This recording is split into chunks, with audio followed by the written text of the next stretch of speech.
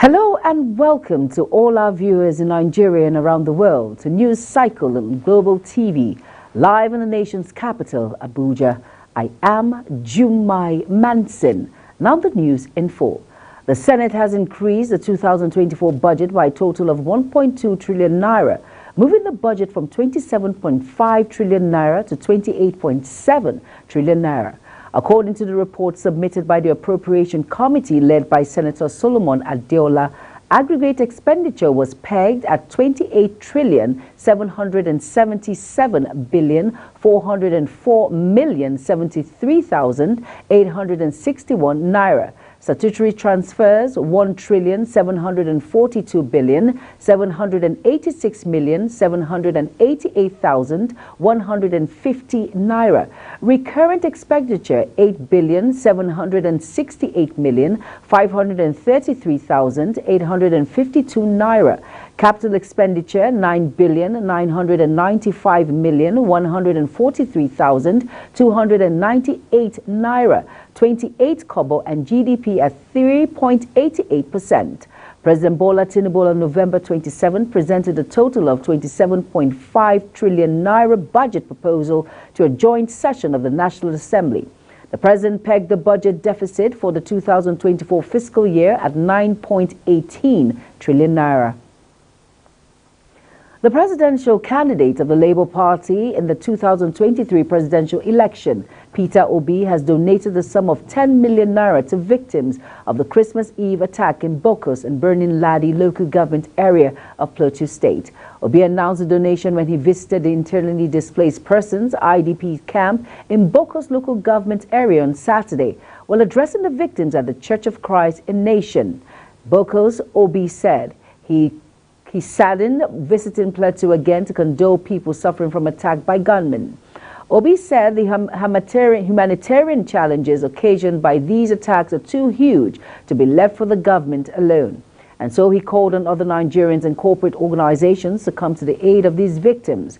He urged Nigerians to show them love and go beyond empathizing with the victims, but support them with food and clothing while in IDPs. Further calling on the federal government to deal with these issues of gunmen across the country while encourage the victims and the entire Plateau people to forgive their attackers and allow God to revenge on their behalf. Former Vice President Atiku Abubakar has urged the federal government to address the economic hardship that Nigerians are going through in 2024. Atiku made the call in his 2024 New Year message to the nation. Atiku, however, acknowledged the 2023 was definitely a challenging year with important lessons for the future. Atiku called for a well-thought vision of national planning that would deliberately make the common people of Nigeria the counterpiece of our development. He urged the government to show a clear direction of its policy projections and desist from the subsisting behavior of groping in the dark. Governor Sheriff Oborevwori of Delta State has approved 15 hectares of land as a take-off site for the Federal University of Medical and Health Sciences, Kwale Ndowo West local government area. Oborevwori, who stated this when he received leaders and stakeholders of the Ndokwa Nation at Government House, Asaba, said the university would open up more development in Kwale and its environs. The governor noted that because he was focused on the development of all parts of the state, he had deliberately avoided citing any project in his Osubi community. He thanked the Ndokwa and the Noma Nation of their support of his administration and during his mother-in-law's funeral, assuring that he would continue to provide equitable leadership for all Deltans. Over now to the National Parents Teachers Association of Nigeria, NAPTEN, has called for a collaboration between academic unions in tertiary institutions and the federal government to improve the nation's quality of education in 2024. It also described the insecurity being witnessed in parts of the country as a major challenge affecting the sector. Ogubanjo said the education sector in the outgoing year had done well, but there is room for improvement. He said that it could be achieved if the unions and government could work together. The Economic and Financial Crimes Commission has invited the former Minister of Humanitarian Affairs, Disaster Management and Social Development, Sadiya Umar Farouk, over an ongoing probe into the sum of 37,170,855,753 naira and 44 kobo allegedly laundered under her watch through a contractor, James Owete. The former minister was asked to appear before the interrogators at the EFCC headquarters, Jabi, Abuja, on Wednesday, January 3, 2024, to explain the alleged fraud, an exclusive document revealed on Saturday. The Nigerian Meteorological Agency has released a weather forecast projecting the prevalence of slight dust haze in the northern region of the country on Sunday. NIMNET's weather outlook released on Sunday in Abuja predicted the prevalence of slight dust haze across northern region of the country, with improvement in horizontal visibility as the prevailing weather conditions across the country. Dust haze continues to impact visibility, with gradual improvement expected in certain regions. The agency anticipates that the northern region of the country will experience slight dust haze throughout Sunday, which may affect horizontal visibilities. In light of these weather conditions, NIMNET has advised individuals to take precautions to mitigate the impact of the dust haze on outdoor activities and travel. This includes using protective gear such as face masks and goggles to reduce exposure to airborne particles and safeguard respiratory health. Additionally, individuals with respiratory conditions are encouraged to limit outdoor exposure during this period and seek appropriate medical advice if experiencing any adverse health effects related to the dust haze. And now on, NDLEA arrested 1,016 suspects and seized 9 tons of illicit drugs in Kano State in 2023.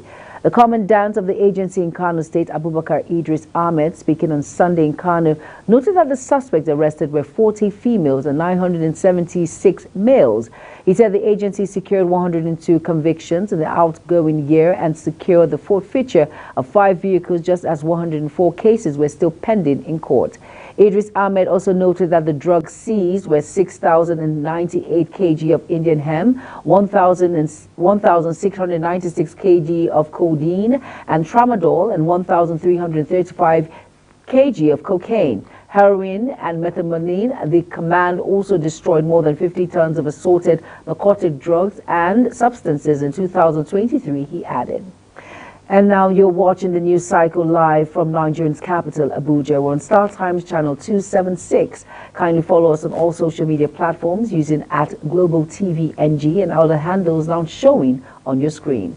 Now, when News Circle returns, rice remains restricted despite lifting of forest ban customs. The news continues shortly with details of these and more stories right after this break. Please stay with us.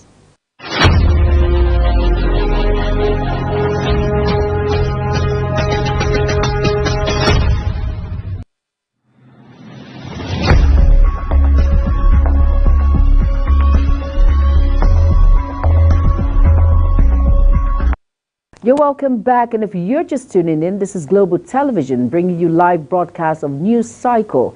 Thank you for staying with us. Kyiv on Sunday said it had destroyed 21 of 49 Iranian-made Shahed drones fired by Russian overnight, adding that 6 guided missiles had also targeted the northeastern city of Kyiv.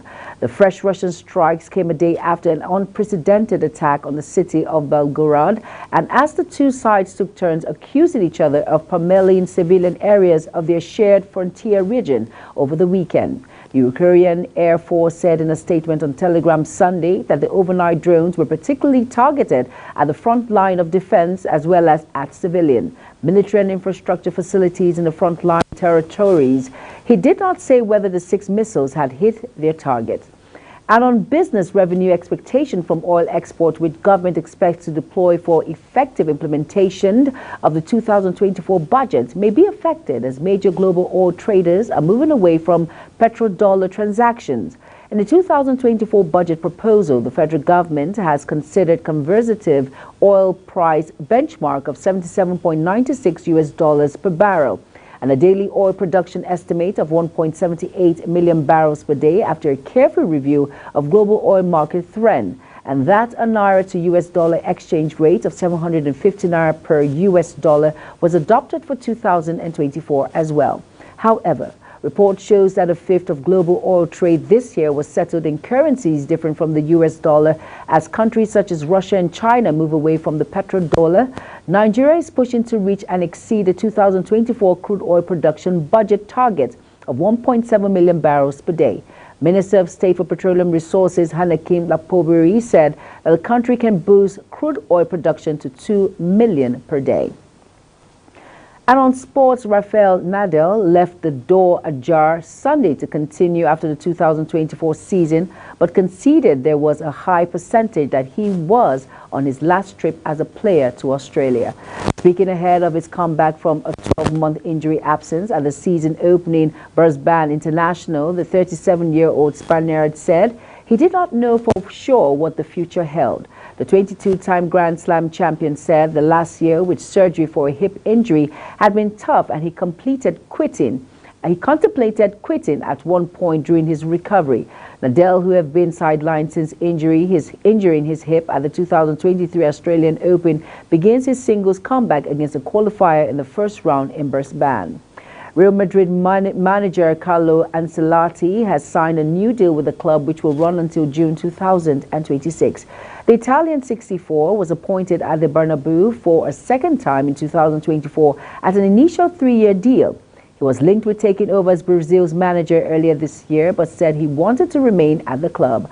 Ancelotti has won 10 titles as Real boss, including 2 Champions League, most recently in his first season comeback at the club in 2021-22. He has also lifted 1 La Liga title, 2 Copas del Rey, 2 Club World Cups, 2 European Super Cups, and the Spanish Super Cup once. The Real manager is the only coach to have won 4 European Cups, while he is also the first to win all 5 major European leagues in Italy, England, France, Germany, and Spain. And that's it on the news cycle, and it came to you live from the Nigerian's capital, Abuja, on Star Times channel 276. Kindly follow us across all social media platforms using at Global TV NG and other handles now showing on your screen. I am Jumai Manson. Thank you for watching. Good afternoon. See you again.